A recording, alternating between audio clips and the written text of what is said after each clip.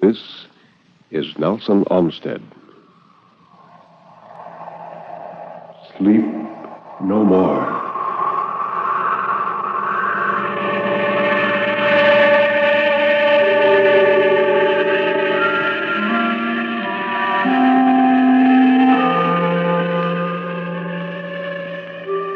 Sleep no more.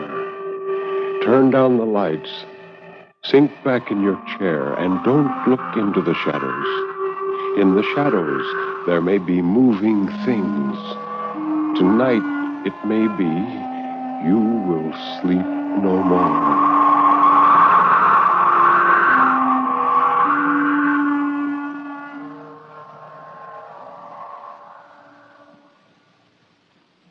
Good evening. This is Ben Grauer introducing tonight's Tale of Terror, told by Nelson Olmsted on the National Broadcasting Company's presentation of Sleep No More.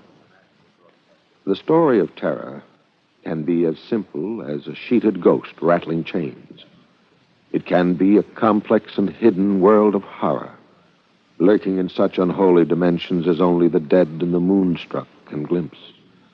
Or it can be those terrible, fathomless shadows which lie buried deep in the primitive mind of civilized man. And for this evening, well, Nelson Olmsted, tell us about this evening's story. Thank you, Ben. Our first story tonight was written by the British author Christopher Isherwood. Oh, he's the one who wrote the novel from which the play and movie I Am a Camera was adapted. That's right. Uh-huh. But this tale is in a quite different mood.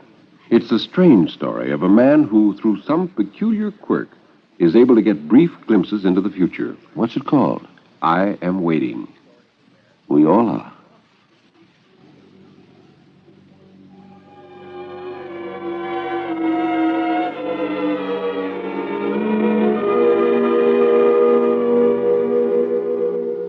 The incidents which I am about to describe are true, but I can offer you no proof, at least not for the next 5 years.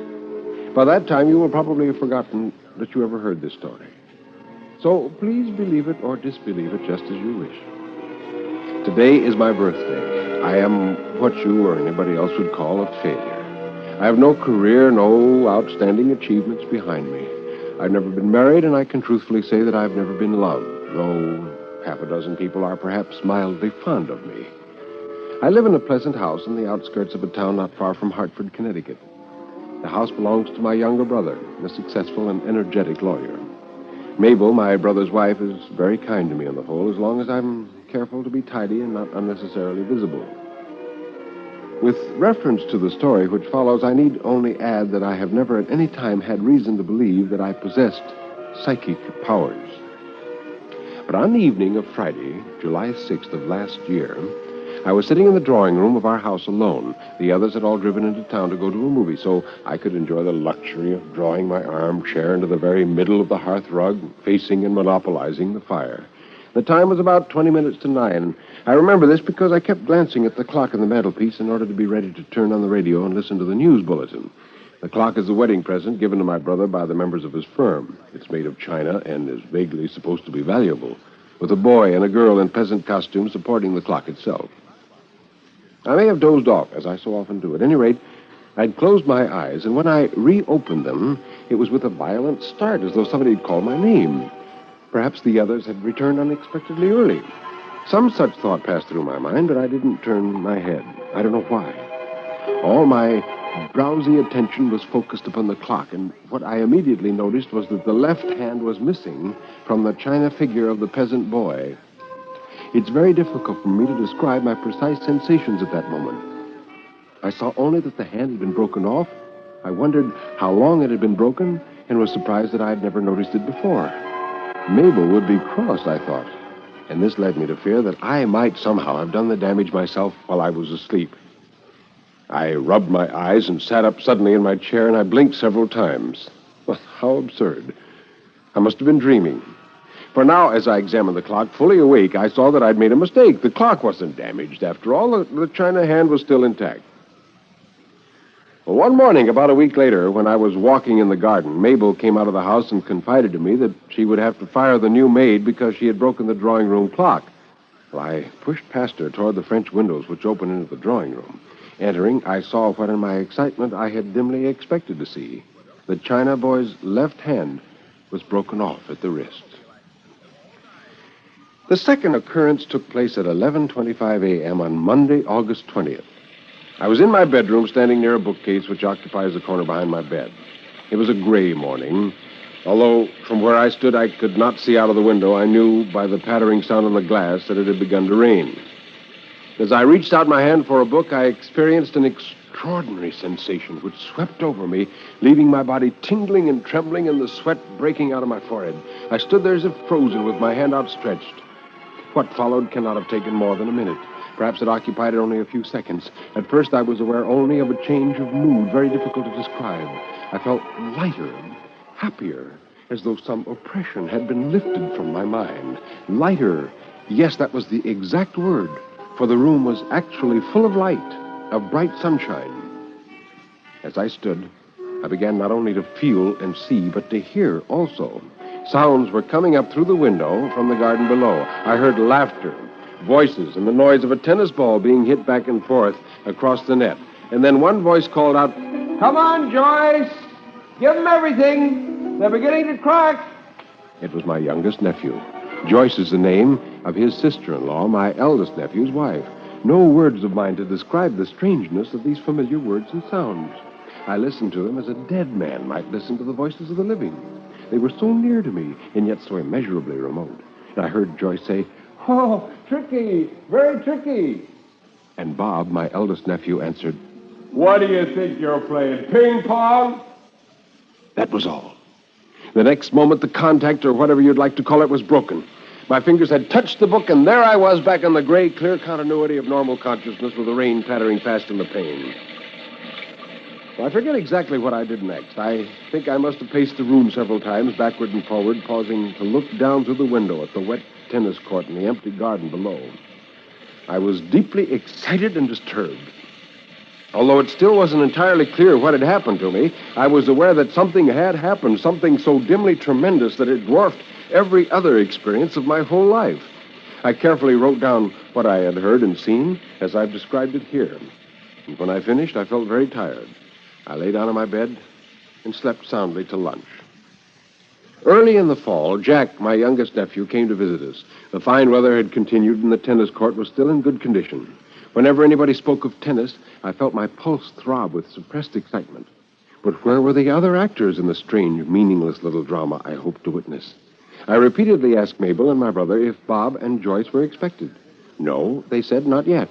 They wouldn't be likely to visit us before December. Well, on the afternoon of Saturday, November 3rd, I returned by bus from shopping in town. It was about 2:45. I went to my room, and as I moved to the bookcase, I heard Jack's voice on the lawn below calling the score. 15 all. Come on, Joyce, give them everything. They're beginning to crack. It was there. My moment. And even as with a gasp I recognized that it was past, it flashed by me and was gone. Long before I recovered my wits sufficiently to hurry to the window, the actors had spoken their familiar lines. The drama was over. Looking down into the garden, I saw Jack, Bob, and Joyce, and a strange girl chatting and joking across the net at the end of their game. The girl was a friend of Joyce's. She had been brought over in the car from Providence, Rhode Island, I discovered. When Bob planned this surprise visit, he had come to stay the weekend. Almost exactly 2 weeks later, on the afternoon of Sunday, November 18th, I had gone into the trunk room to hunt for some old photographs. The trunk room is at the top of the house. It has no windows, only a skylight let into the roof. It is crowded with bits of damaged furniture, cardboard boxes, and old trunks. Wondering where to begin my search, I decided upon a scarred Gladstone bag, which I opened. And then, as I bent over the papers, the attack seized me. This time, the sensations were different and incomparably more violent. My ears began to sing, my limbs stiffened, and a convulsion like an electric shock seemed to take place at the base of my spine. Half fainting, breathless, dizzy, I had barely time to think, it's going to happen again. And then I closed my eyes. Gradually, my arms and legs relaxed. My head cleared, and I began to inhale deeply and easily. The sense of relief was exquisite. Very cautiously, I opened my eyes and looked about me. At first, I hardly recognized the room in which I found myself. It was the same room, but the papers, the trunks, and the furniture had all disappeared. The floor on which I knelt seemed to have been recently scrubbed. For several minutes, I didn't move. I was scared, of course, but much more excited than scared. Rising to my feet, I walked over and turned the handle of the door. It was locked. For some moments, I stood stupidly twisting the knob in my hand, and then I began to rattle it and to beat the panel with my fist, and finally I shouted aloud, "Let me out! Let me out!" There was no answer. After a while, I stopped. It was no good. The house was empty. Slowly, I returned to the middle of the room. It was then that I made my great discovery. In the shadows on the far corner, crumpled against the baseboard, lay some dirty sheets of paper. Sitting down upon the floor, I smoothed them out with trembling hands. They were the inside pages of a magazine. I read its name, The Cage Bird Fancier, and the date, July 1962. Only an archaeologist can imagine the intensity of my excitement at that moment. Here was an actual tiny fragment of the future itself, palpable to my present-day fingers. It had been manufactured by men who could answer offhand many of those burning questions which still perplex the wisest mortals of 1957. Shaking with eagerness, I began to read. I suppose I was very silly. My mind shouted questions. Had the United States jumped into war again? Had there been a revolution? What's happening in Europe, in China, in the Near East? And the men of the future, as if teasing my impatience, would only answer, "It is rather difficult to give exact dimensions for stock cages, as they often have to be built to suit the individual canary breeder's accommodations." For all the information it gave me, The Cage Bird Fancier might equally well have been written in Turkish or Japanese. Yet I read on, learning all manner of highly relevant and unfruitful facts. That the legs of a canary will sometimes denote its approximate age. That narrow perches are best for birds which have slip claw. These tiresome details are imprinted upon my memory forever, but nowhere could I find a trace of any wider implication. And even as my eyes hurried along the last lines of the print, I knew in the deepest marrow of my bones that I had outstayed my welcome. I protested, but the singing noise was growing fast. Clenching the papers in my two fists like a fraying lifeline, I pitched forward into oblivion. When I recovered consciousness, I found myself in bed, in my own room, with Mabel hovering anxiously around me. It was she who had discovered me when she came upstairs to call me down to tea, lying senseless on the trunk room floor. And I asked, was there anything in my hand? "Oh, yes. You found them all right. Don't you remember?" Found them? "Oh, yes. The photographs. One of them's rather crumpled, but I'll iron it out. And now, you're not to talk anymore. The doctor will be here in a moment." Well, the doctor, when he arrived, could find nothing much the matter. He advised a thorough rest. Both he and Mabel were curious to know the exact circumstances under which my fainting fit took place, and I answered their questions as vaguely as possible. I had decided, of course, to tell them nothing. I have no wish to end my days in a mental home. And now, here I am, waiting for whatever may come next. Sometimes I feel frightened, but in general I manage to regard the whole business quite philosophically. I am well aware that the next adventure, if there ever is another, may be my last. The conditions of time travel may prove too violent for my elderly frame. Perhaps I shan't survive the journey, but I wouldn't refuse to make it on that account, even if I could. What other experience can be comparable to this? What else have I to live for now? So let the moment call for me whenever it will, at whatever time, in whatever place. I shall be ready.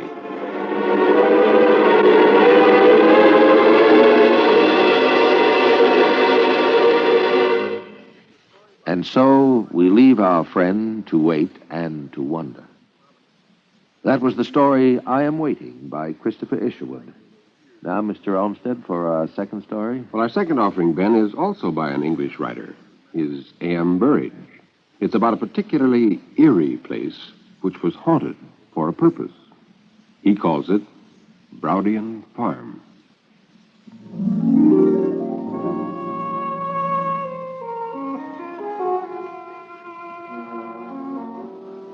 Most people with limited vocabulary, such as mine, would describe Browdian Farm loosely and comprehensively as picturesque.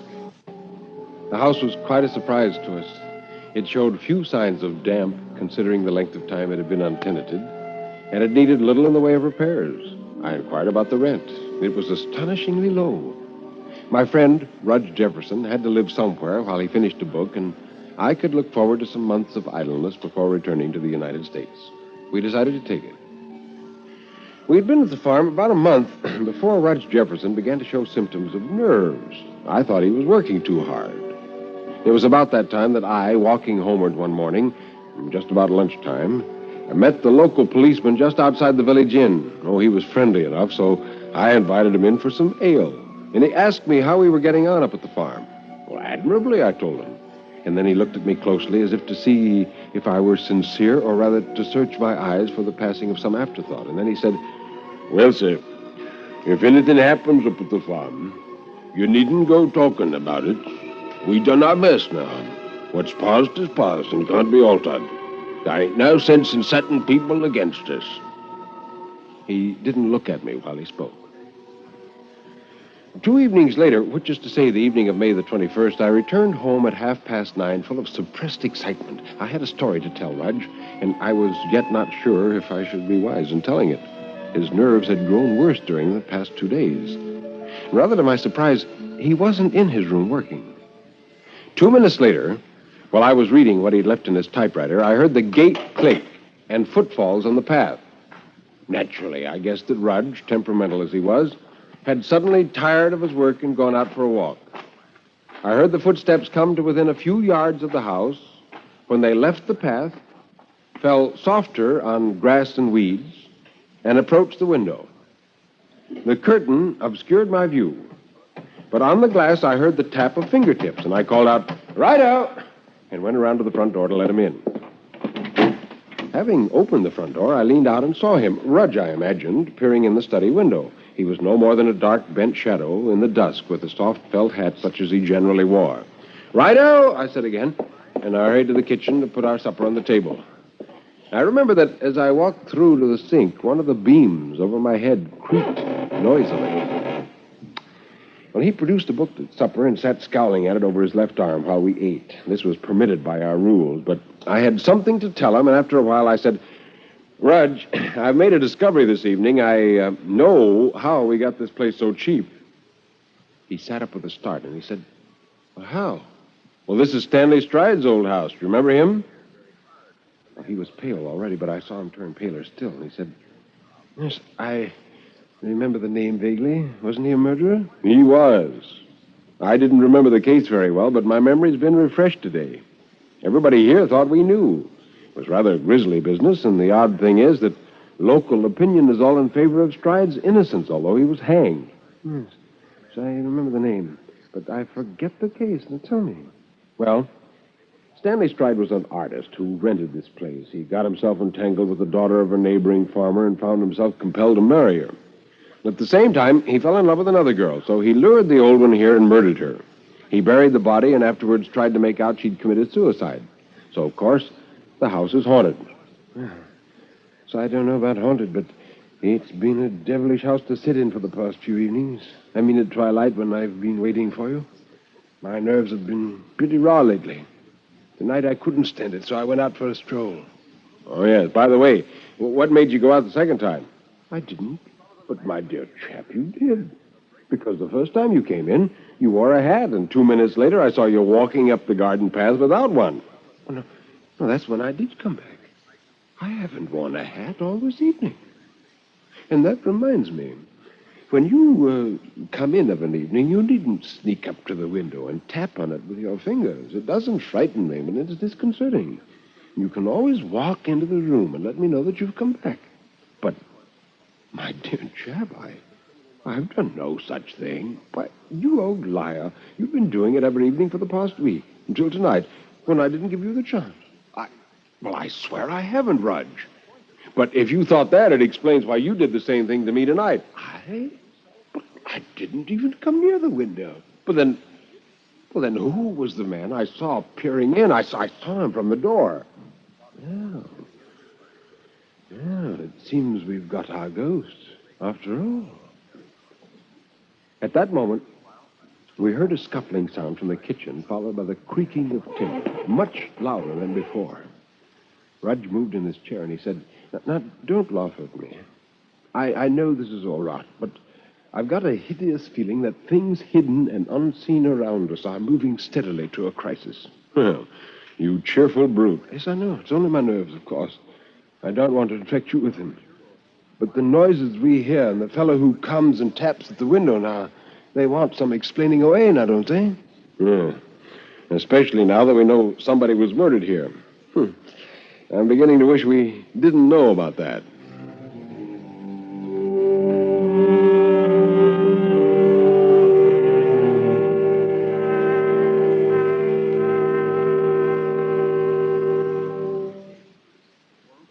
That night, I read in the parlor and fell asleep over my book. And just as the lamp was burning out the last of its fuel, I awoke. And as I watched the last flutterings of the lamp, I became suddenly aware of the cause of my waking. I had heard the latch snap on the garden gate, and in that moment I began to hear them, the footfalls. I heard the rhythmic crunch of gravel, and then the swish of long grass, and then the shadow knotted on the blind. It loomed up large and suddenly became stationary. A loose pane rattled under the impact of fingers. I saw only the head and shoulders of a man who wore a dented felt hat.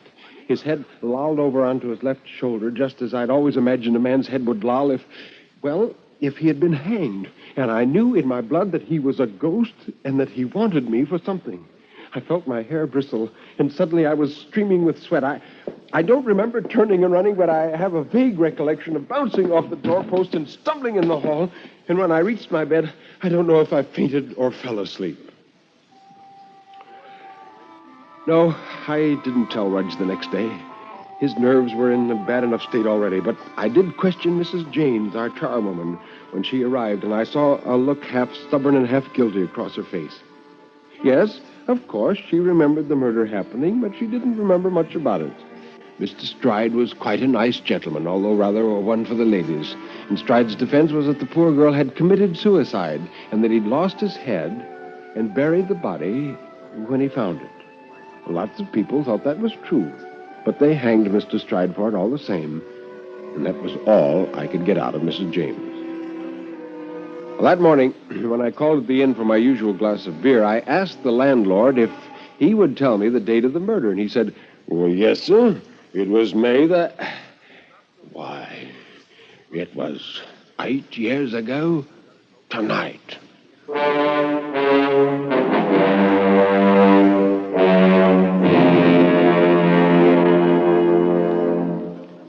Well, that evening, I went out again and came in at the usual hour, and Rudge came down the path to meet me. He was white and sick-looking, and he said, He's been here again half an hour ago.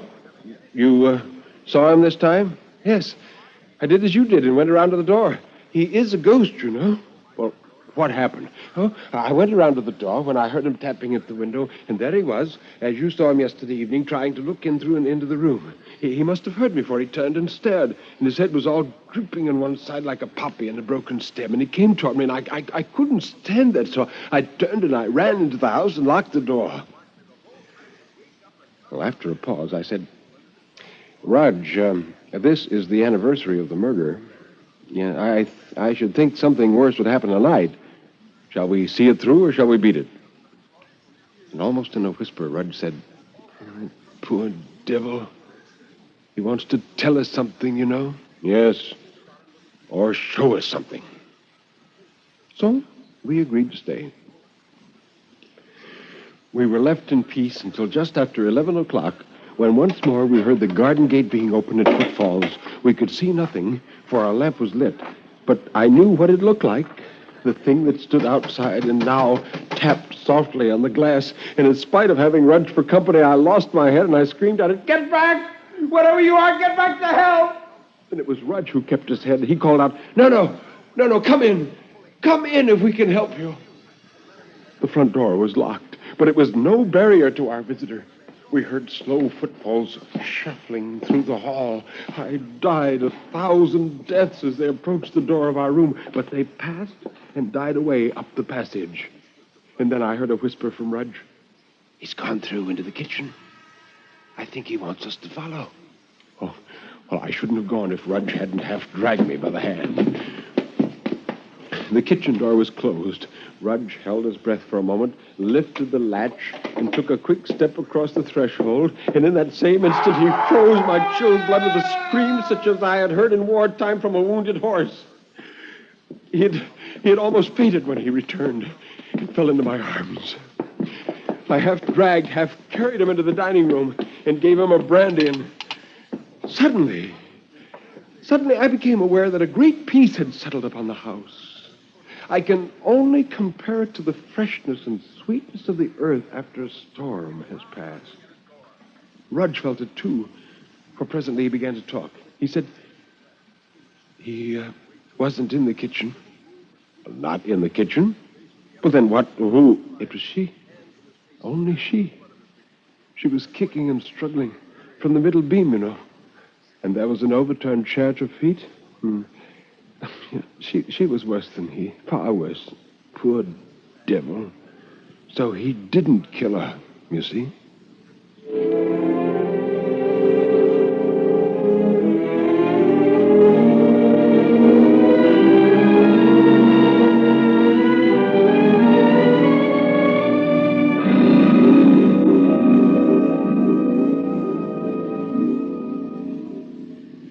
Next morning, we had it out with Mrs. Janes, and we didn't permit her memory to be hazy or defective. She must have known that we had seen something, and presently she spoke openly. She said, Well, he said he'd found her hanging in the kitchen, the poor gentleman, and that he'd buried her because he was afraid people would say that he'd done it. But the jury wouldn't believe him, and the doctors all said that it wasn't true, that the marks on her neck was where he'd strangled her with the rope. No, I don't believe it to this day that he did it. I don't. And that was all we heard, and all we wished to hear. Afterwards, Rudge said to me, You know, for his sake, the truth, as we know it, ought to be told to everybody. If people knew as we know, it might let him rest. I'm sure that's what he wanted, just that people should know. Yes, you write it. I can't. And so, I have.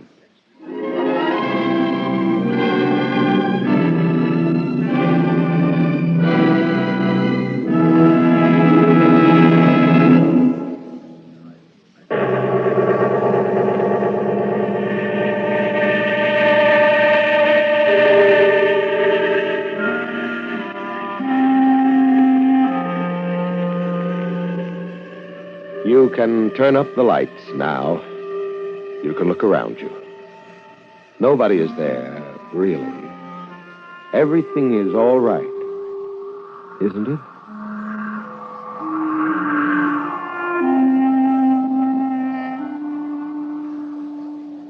Now here is Nelson Olmsted to tell us about next week. Mr. Olmsted? Next week, we have two unusually fine stories. The first is by Catherine Ann Porter and is entitled The Jilting of Granny Weatherall. And the second is The Weird Tale of a Madman by Paul Ernst, called Escapes.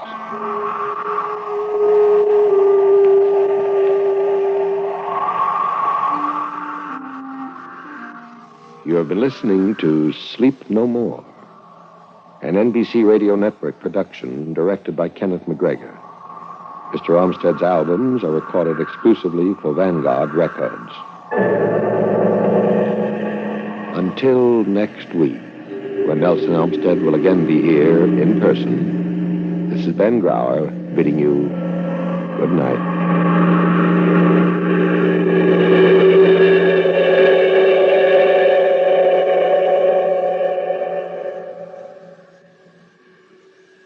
The world on a new hotline. Listen for news on the hour and the exciting hotline service all day, every day on most of these NBC radio stations.